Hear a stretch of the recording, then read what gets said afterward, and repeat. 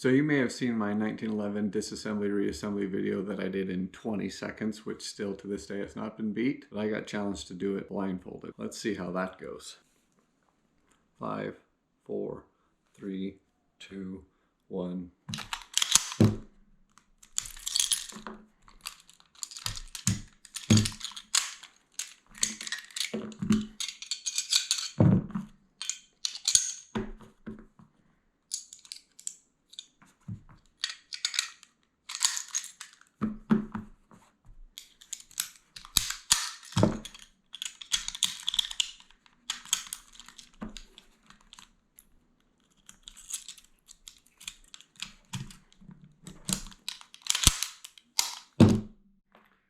Hey, maybe 30 seconds.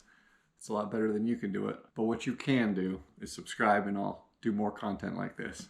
Thanks for watching.